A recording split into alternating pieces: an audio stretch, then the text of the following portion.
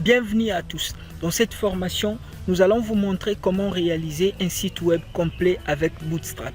Alors, nous allons vous montrer pas à pas, étape par étape, quelles sont les instructions que vous devez utiliser pour enfin avoir ce rendu.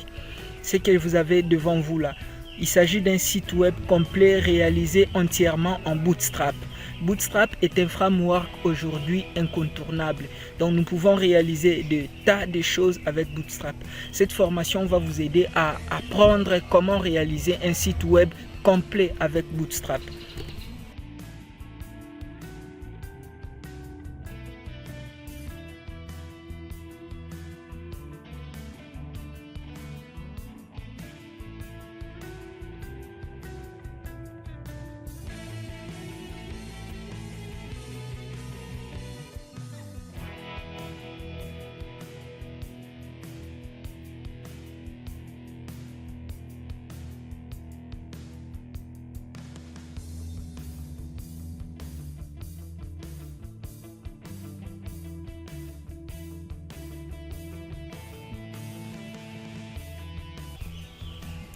Bienvenue dans cette formation consacrée à la réalisation d'un site web avec la technologie Bootstrap. Alors, dans cette première partie, nous allons commencer à mettre déjà les bases de notre site web. Pour le faire, je commence déjà par vous montrer l'arborescence de mon site. J'ai un dossier qu'on appelle ressources. C'est sur ces dossiers que j'ai stocké mes éléments. J'ai ma bibliothèque Bootstrap, mais également un dossier image. Alors celui-ci, je l'ai déjà dézippé. J'avais téléchargé un fichier Bootstrap dans leur site. Vous pouvez bel et bien le télécharger. À l'intérieur, comme vous pouvez le voir, il y a plein de dossiers. Et ce qui va nous intéresser, c'est ces dossiers dist. À l'intérieur, vous avez CSS, mais également JS. Ce sont là le fichier qu'on va utiliser. À part le dossier Bootstrap, nous avons images. Là, j'ai centralisé toutes mes images. Je n'ai que 2 pour le moment. Je fais également appel à la bibliothèque jQuery. Nous allons utiliser jQuery. Pour mieux utiliser Bootstrap, il faut la connecter à jQuery. C'est la raison pour laquelle nous l'avons également stocké. Pour ce qui est fichier index, c'est par là que nous allons saisir tout ce dont on a besoin. Je peux l'ouvrir. Pour le moment, il ne contient pas grand-chose. Déjà, je commence par relier mes éléments à Bootstrap. Pour mieux voir les choses, je vais mettre un peu du texte. Formation Bootstrap.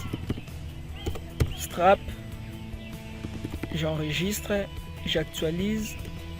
On voit la formation Bootstrap qui apparaît. Alors, je vais connecter déjà mon site web, ma page, à mon fichier Bootstrap. Il y a 2 fichiers qui nous sont très utiles. Le fichier du CSS, mais également le fichier de JavaScript.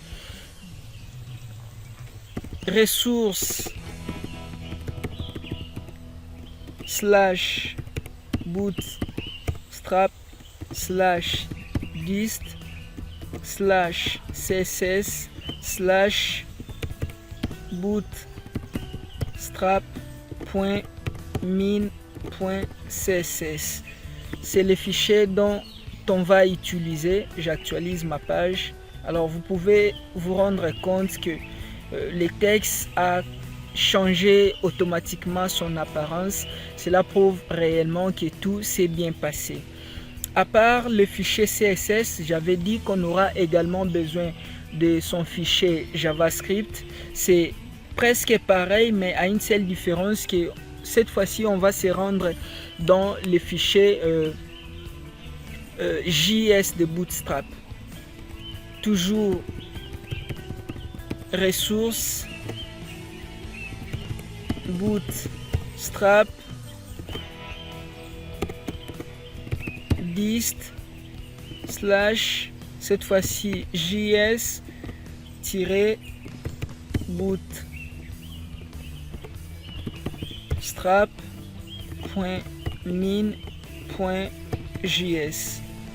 C'est le fichier dont on va utiliser.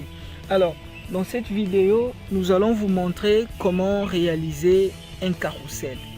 Donc cette vidéo va servir de base à vous montrer comment est-ce qu'on réalise un carrousel avec Bootstrap. Sans plus tarder, nous commençons déjà. Je mets un div classe container fluide.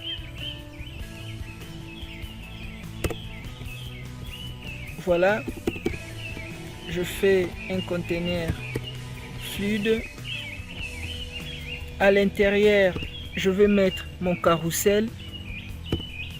Pour mettre mon carrousel, le premier élément qu'il faut utiliser, il s'agit de la classe carrousel.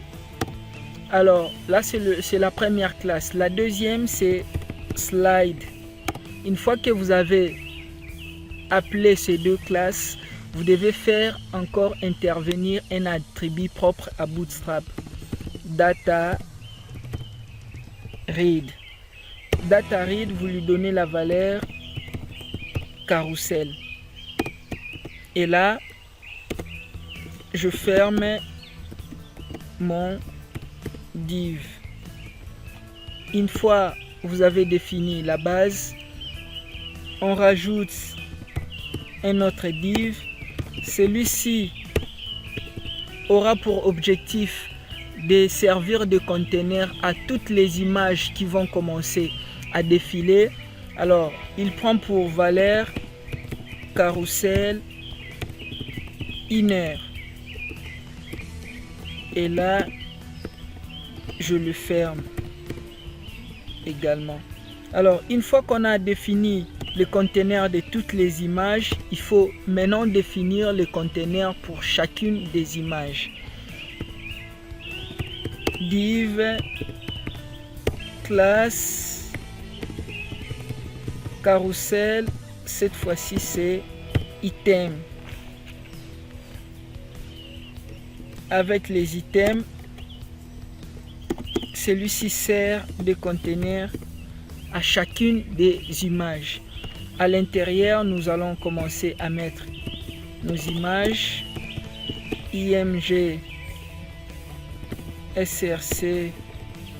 On est dans ressources slash image slash img1.jpg.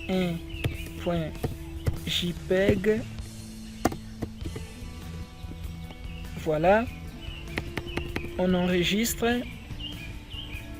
C'est la même configuration pour les seconds éléments. Div classe carrousel item, on enferme div, on ferme le div. Nous définissons notre image img src ressources slash image slash img2.png.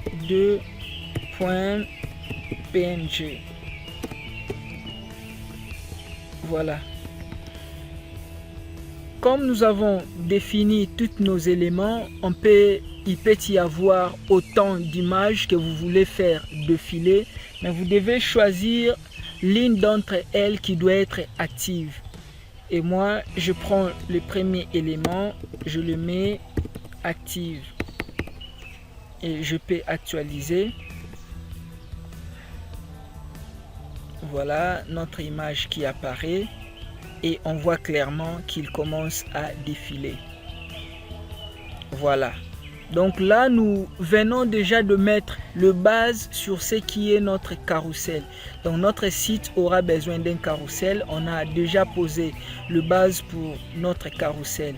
Alors dans les vidéos qui vont suivre, nous allons enrichir ou soit développer notre carrousel afin de lui rajouter d'autres possibilités ou fonctionnalités.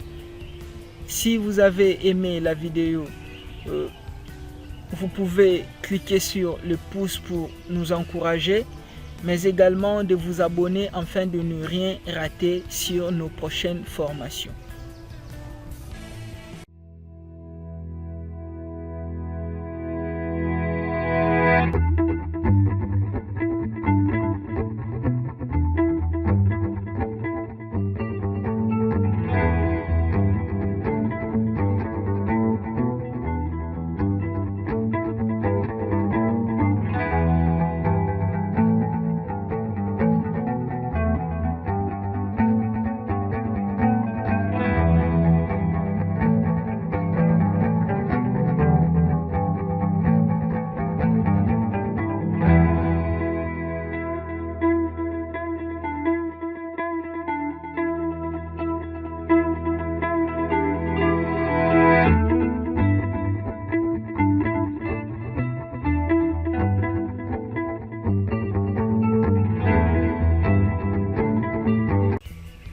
Bienvenue dans cette formation consacrée à la réalisation d'un site web avec la technologie Bootstrap. Alors, dans cette partie, nous allons enrichir notre carrousel en lui rajoutant les boutons de défilement. Nous avons vu que notre carrousel pouvait bien défiler, mais on peut toutefois préférer avoir des boutons, c'est-à-dire le faire avancer comme on veut et le faire reculer comme on le souhaite. Pour le faire, je me rends directement au niveau de mon code source. Je rajoute un élément de type A, son attribut traditionnel est href. On ferme notre A. Alors au niveau du href, pour le moment, nous allons encore rien mettre.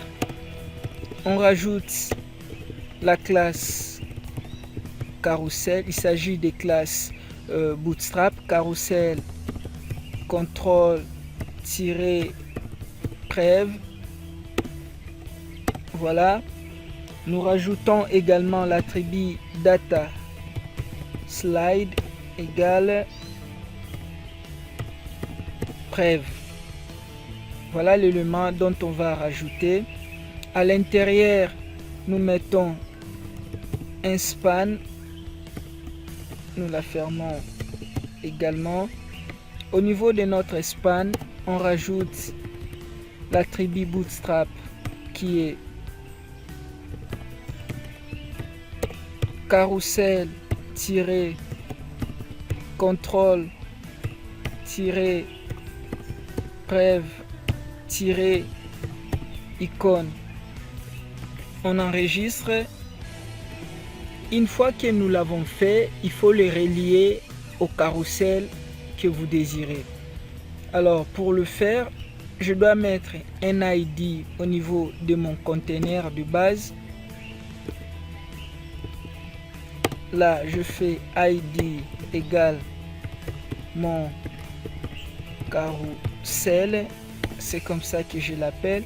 Au niveau de mon href, je fais référence à celui-là, c'est-à-dire mon carrousel. J'enregistre, je peux actualiser. Voilà. On remarque très bien que une fois j'ai intégré cette zone, mon curseur change pour devenir une main. Ça marche. Je vais de l'autre côté, on voit clairement qu'il ne change pas encore parce que nous l'avons fait que d'un seul côté. Donc si je clique, je vois très bien que mes éléments sont en train de défiler. Je reviens pour rajouter celui de droite, le href. Je fais référence à mon carrousel, mon carrousel. La classe, c'est toujours carrousel contrôle cette fois-ci c'est next. Mettons data slide next. Alors on ferme span, nous la fermons. Voilà, nous lui rajoutons la classe carrousel contrôle next icône et on enregistre. Nous actualisons également. Je peux venir là, je vois également que ça change, donc mes éléments peuvent bel et bien défiler dans les deux sens. Donc mon carrousel est maintenant contrôlé. Si vous avez aimé la vidéo, n'oubliez pas de mettre un petit coup de pouce pour nous encourager, mais également de vous abonner afin de ne rien rater sur nos prochaines formations. Bienvenue dans la réalisation d'un site web avec Bootstrap. Alors, dans cette partie, nous allons rajouter le menu à notre site web. Pour le faire, d'abord, un menu, c'est un élément indispensable pour un site web. C'est l'élément clé de la navigation dans les sites. Donc, il est très important d'avoir un menu parce que il donne déjà la structuration de votre site et puis il facilite l'accès aux différents éléments du site web. Alors pour le mettre en place avec Bootstrap, déjà nous allons utiliser l'élément nav. La classe qu'on va utiliser est celui du navbar, espace navbar success. Là c'est la couleur, mais également l'arrière-plan BG dark. Le navbar c'est l'élément de base. Le navbar success c'est la couleur du texte, mais également le BG comme le background. Alors je le ferme. À l'intérieur, notre menu est créé à partir d'une liste. Nous allons utiliser une liste non ordonnée. Nous lui rajoutons la classe nav. Voilà. Et puis nous la fermons. À l'intérieur de ces éléments, nous rajoutons notre lit. Nous la fermons immédiatement. À l'intérieur de ces lits, on rajoute la classe nav item. Voilà. Et à l'intérieur de ces lits, nous allons imbriquer un élément de type A avec son attribut href. Nous la fermons immédiatement. Alors, à l'intérieur de l'élément A, nous allons utiliser la classe bootstrap nav link. Une fois que nous avons défini, on peut mettre maintenant nos éléments. Là je mets accueil, je peux déjà actualiser et je vois très bien que mon élément accueil est affiché. Il me reste simplement à reprendre l'opération. Lit, le premier lit, on va appeler la classe nav, item, nous ouvrons et nous la fermons. À l'intérieur, on imbrique le A, son attribut href à laquelle on va encore rien mettre.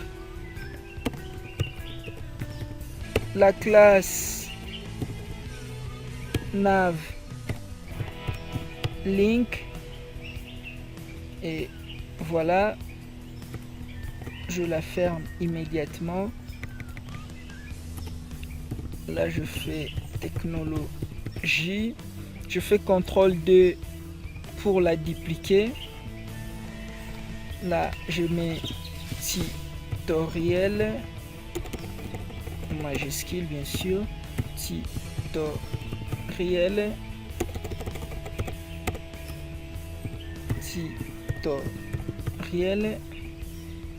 là je mets à propos, j'enregistre, je peux actualiser. Voilà, mon menu est bel et bien fonctionnel.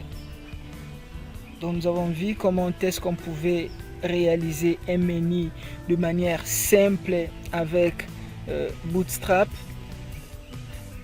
Dans la prochaine vidéo, nous allons voir comment rajouter les formulaires dans un menu. Si vous avez aimé la vidéo, n'oubliez pas de mettre un petit coup de pouce pour nous encourager, mais également de vous abonner afin de ne rien rater. Bienvenue dans cette formation consacrée à la réalisation d'un site web avec la technologie Bootstrap. Alors, dans cette vidéo, nous allons voir comment rajouter un formulaire à notre menu. Dans la vidéo précédente, nous avons vu comment est-ce qu'on pouvait créer ce genre de menu et rapidement et puis facilement.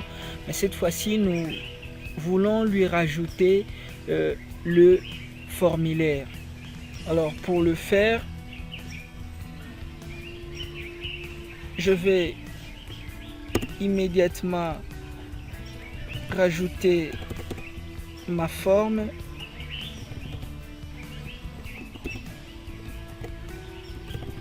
Je vais immédiatement rajouter la forme. Au niveau de la forme, je vais mettre le classe Bootstrap. Celui-ci, c'est forme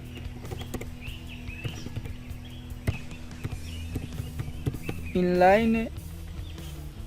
Une fois que vous avez défini forme inline, je mets un input de type texte, placeholder, le message qui sera affiché. J'écris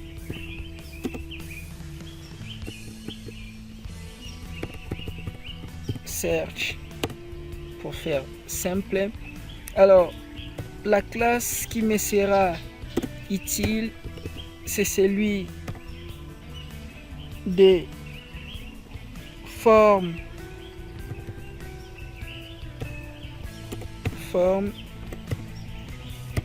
contrôle. Voilà, donc je viens de lui mettre le forme contrôle et je vais mettre également les boutons, un input type submit, value, je mets search. La classe pour ces boutons, c'est d'abord la classe de base btn. Je rajoute la classe btn-outline -6.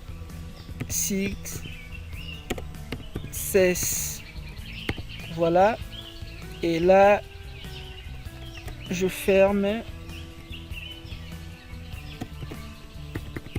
Je vais actualiser. Voilà, donc on voit clairement que j'ai un formulaire au niveau de mon menu. Alors ça s'est fait vraiment de manière simple. C'est ça vraiment l'avantage avec Bootstrap.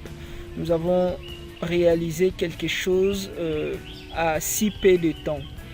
Bien, dans la prochaine vidéo, nous allons nous intéresser dans sa partie un peu plus basse pour voir ce qu'on peut rajouter à notre site web.